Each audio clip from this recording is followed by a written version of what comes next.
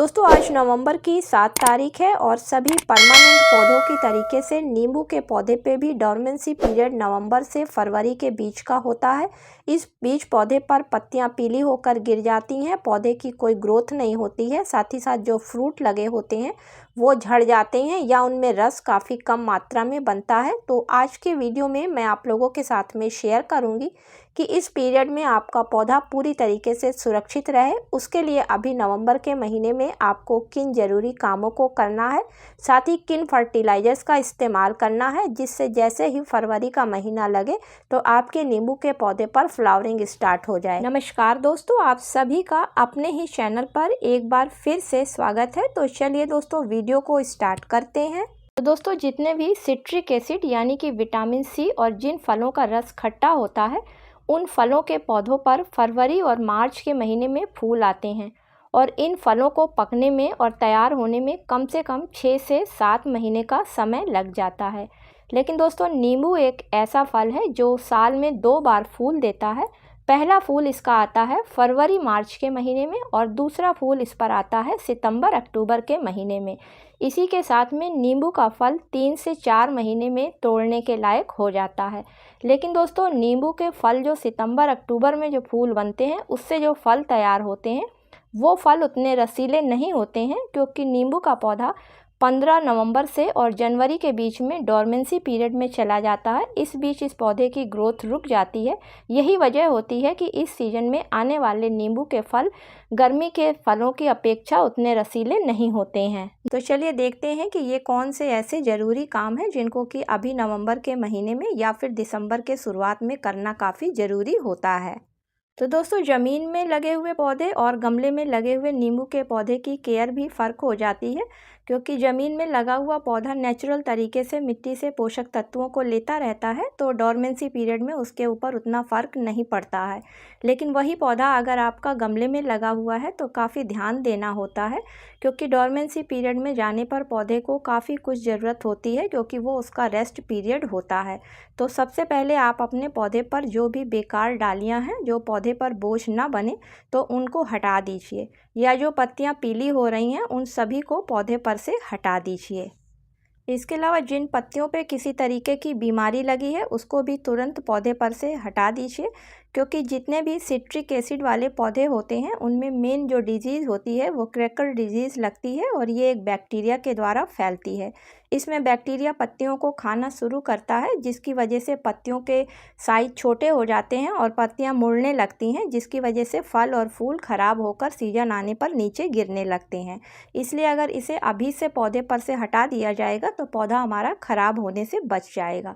तो आपके पौधे पर अगर इस तरीके की कोई डिजीज़ लगी है तो उन सभी डालियों को तुरंत डॉर्मेंसी पीरियड में जाने से पहले पौधे पर से हटा दीजिए। इसके अलावा दूसरी चीज़ जो ध्यान देने वाली है, तो दोस्तों जब काफ़ी ठंडक पड़ती है तो नींबू के पौधे पर अक्सर फंगस का अटैक हो जाता है, जिसकी वजह से पत्तियां नीचे गिरने लगती हैं और पौधा एकदम बेजान सा नज़र आने लगता है। कभी कभी जब बहुत कोहरा गिरता है तो पौधे की पत्तियों पर सफ़ेद जालानुमा सा बन जाता है, तो उससे पौधे को बचाने के लिए अभी से आप इसके ऊपर कोई अच्छा स्प्रे फंगीसाइड का करना शुरू कर दें। और जब काफ़ी ठंडक पड़ने लगे तो पौधे की मिट्टी में भी कोई अच्छी फंगीसाइड को मिला दें, जिससे कि नमी की वजह से पौधे की जड़ों में किसी तरीके की फंगस ना लगने पाए। तीसरा काम करना है नींबू के पौधे को डॉर्मेंसी पीरियड में जाने से पहले फर्टिलाइज़र देना। तो दोस्तों वैसे तो डॉर्मेंसी पीरियड में पौधा रेस्ट पीरियड में होता है, तो किसी भी तरीके की इसको फर्टिलाइज़र की ज़रूरत नहीं पड़ती है। फिर भी डॉर्मेंसी पीरियड में जाने वाले पौधों को ऐसी फर्टिलाइज़र दी जाती है जिससे कि पौधे में मजबूती बनी रहे, तो उसके लिए सबसे ज़्यादा इनको फास्फोरस और कैल्शियम की ज़रूरत पड़ती है। तो दोस्तों अगर आप अपने नींबू के पौधे को बोन मिल देना चाहते हैं तो बोन मिल में फास्फोरस, कैल्शियम, प्रोटीन के साथ साथ कुछ मात्रा नाइट्रोजन की भी होती है। नाइट्रोजन 3% पाई जाती है, जबकि फास्फोरस इसमें 15 से 18% के बीच में होता है और कैल्शियम इसमें लगभग 12% के करीब होता है। तो अगर आपका पौधा 12 या 14 इंच के गमले में लगा हुआ है तो उसके लिए 4 चम्मच आप बोन मिल पाउडर को ले लें।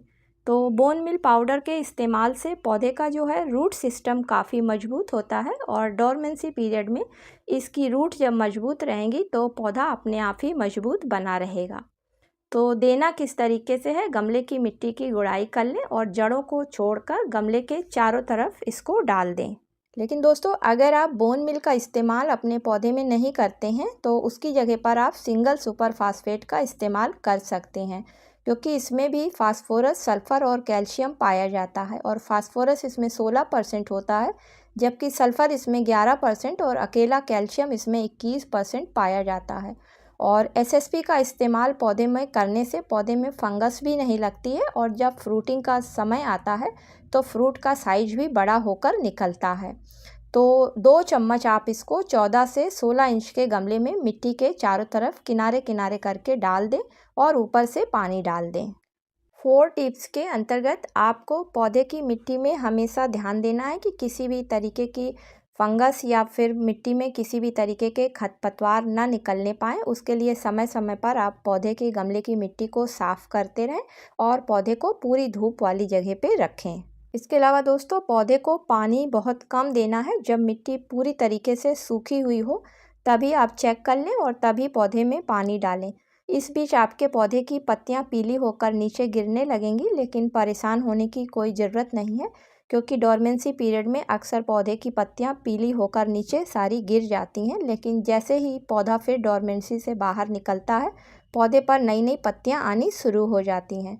लेकिन अगर इस बीच इस पौधे को या किसी भी पौधे को पानी ज़्यादा मिल जाता है तो वो पौधा फिर से पत्तियों को निकालने लगता है और उसमें फिर जब फ्लावरिंग सीजन आता है तो पूरी तरीके से फ्लावरिंग नहीं होती है। इसके अलावा दोस्तों यदि आप चाहते हैं कि सर्दियों में आपका नींबू का पौधा पूरी तरीके से सुरक्षित रहे, उसमें किसी भी तरीके की बीमारी ना लगे, पौधों की जड़ों में फंगस ना आए और मिट्टी में किसी तरीके के कीड़े मकोड़े ना आए, तो उसके लिए आपको हर 15 दिन में एक बार खट्टे दही का इस्तेमाल करना होगा। तो करना किस तरीके से है, आपको 1 लीटर साफ़ पानी ले लेना होगा, उसमें आपको 1 चम्मच खट्टा दही डालकर अच्छी तरीके से घोल लेना होगा। उसके बाद गमले की मिट्टी की आपको गुड़ाई करनी है और फिर जड़ों के चारों तरफ उस पानी को धीरे धीरे करके डाल देना है।